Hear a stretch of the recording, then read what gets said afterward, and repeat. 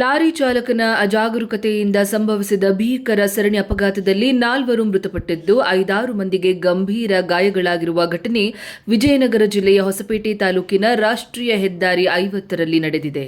ಹೊಸಪೇಟೆ ಹೊರವಲಯದ ಟನಲ್ನಿಂದ ಡಣಾಪುರದವರೆಗೆ ವೇಗವಾಗಿ ಸಾಗುತ್ತಿದ್ದ ಲಾರಿ ಮೊದಲು ಎದುರಿಗೆ ಬಂದಿದ್ದ ಬೈಕ್ಗೆ ಡಿಕ್ಕಿ ಹೊಡೆದು ಬಳಿಕ ನಿಯಂತ್ರಣ ತಪ್ಪಿ ಕಾರು ಹಾಗೂ ಸಾರಿಗೆ ಬಸ್ಗೆ ಗುದ್ದಿದೆ. ಅಪಘಾತದ ರಭಸಕ್ಕೆ ಒಂದು ಕಾರು ಸಂಪೂರ್ಣವಾಗಿ ಅಪ್ಪಚ್ಚಿಯಾಗಿದ್ದು ಘಟನೆಯ ತೀವ್ರತೆ ಎತ್ತಿ ಹಿಡಿದಿದೆ. ಮೂಲಗಳ ಪ್ರಕಾರ ಚಿತ್ರದುರ್ಗಕ್ಕೆ ಹೊರಟಿದ್ದ ಬೆಳ್ಳುಳ್ಳಿ ತುಂಬಿದ ಲಾರಿ ತಡವಾದ ಕಾರಣ ವೇಗವಾಗಿ ಚಲಿಸುತ್ತಿದ್ದಾಗ ಈ ದುರಂತ ಸಂಭವಿಸಿದೆ.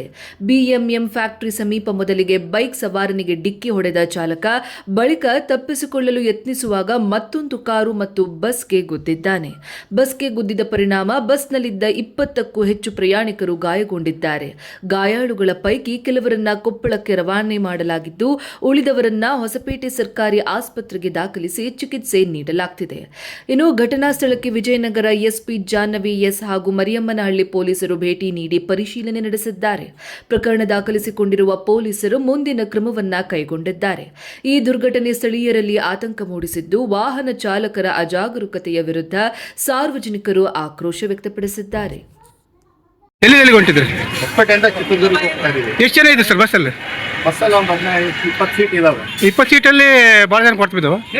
ಲೇಟ್ ಆಗಿದೆ. ನಾನು ಬರೋಷ್ಟರಲ್ಲಿ ಅವನು ನಮ್ಗೆ 3 ಸ್ಪಾಟ್ ಮಾಡಿ ಬೆಳ್ಳುಳ್ಳಿ ಲಾರಿನ ಇನ್ನೊಂದು ಲಾರಿಗೂ ಹೊಡೆದು ವೇರಲ್ಲಿ ನಿಂತೈತೆ ನೋಡ್ರಿ, ಆ ಲಾರಿಗೂ ಹೊಡೆದು ನನ್ನ ಗಾಡಿಗೆ ಹೊಡೆದು ನನ್ ಕಂಟ್ರೋಲ್ ಆಗ್ಲಾರ್ದೆ ಇಲ್ಲಿ ಬಂದು ಟಚ್ ಆಗಿದೆ. ಹೌದಾ?